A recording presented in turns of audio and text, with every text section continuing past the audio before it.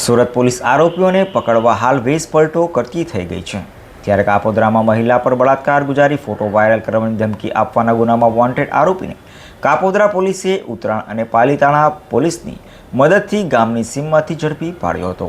સુરતના કાપોદ્રા પોલીસ મથકમાં મહિલાએ નોંધાવેલી ફરિયાદમાં જણાવ્યું હતું કે આરોપી નીતિન ધામેલિયાએ તેની મરજી વિરુદ્ધ શરીર સંબંધ બાંધી ફોટો પાડી વાયરલ કરવાની ધમકી આપી અવારનવાર બળાત્કાર ગુજાર્યો હતો। તો બીજી તરફ સુરત પોલીસ કમિશનર અનુપમસિંહ ગેહલોત તથા સંયુક્ત પોલીસ કમિશનર સેક્ટર 1, નાયબ પોલીસ કમિશનર ઝોન 1 અને મદદનીશ પોલીસ કમિશનર એ ડિવિઝન દ્વારા દુષ્કર્મના ગુનામાં નાસ્તા ફરતા આરોપીઓને ઝડપી પાડવા અપાયેલી સૂચનાને લઈને કાપોદ્રા પીઆઈ એમબી અસુરા અને સેકન્ડ પીઆઈ એમઆર સોલંકીની ટીમ પીએસઆઈ એલબી પંડ્યાનો સ્ટાફ પેટ્રોલિંગમાં હતો। ત્યારે યુવતી પર બળાત્કાર ગુજારી ફોટો વાયરલ કરનાર આરોપી નીતિન ધામેલિયાની તપાસ હાથ ધરી હતી।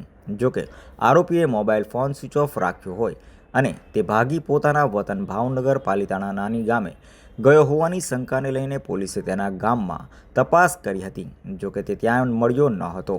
જોકે તપાસ કરી રહેલી ટીમના એક ભાવનગરના વતની અનામ પોલીસ કોન્સ્ટેબલ જય શૈલેષ પણ હોય તેઓએ તપાસ કરતા આરોપી ગામની કોઈ સીમમાં છુપાયેલ હોવાની માહિતી મળતા જ અનામ હેડ કોન્સ્ટેબલ જય શૈલેષ અને ઉત્તરાણ પોલીસ મથકના અનામ હેડ કોન્સ્ટેબલ સુધીરભાઈ લાલજીભાઈ પણ ત્યાં પહોંચી ગયા હતા અને વેશ પલટો કરી કપાસ વીણવાની સિઝન ચાલતી હોય મજૂરોનો વેશ ધારણ કર્યો હતો।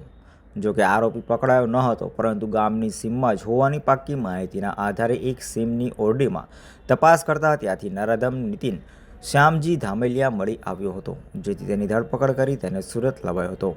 હાલ તો સુરતની કાપોદ્રા પોલીસ અને ઉત્તરાણ પોલીસે પાલીતાણા પોલીસની મદદથી બળાત્કારના ગુનામાં વોન્ટેડ નરાધમને ઝડપી પાડી સળિયા પાછળ ધકેલી દીધો છે।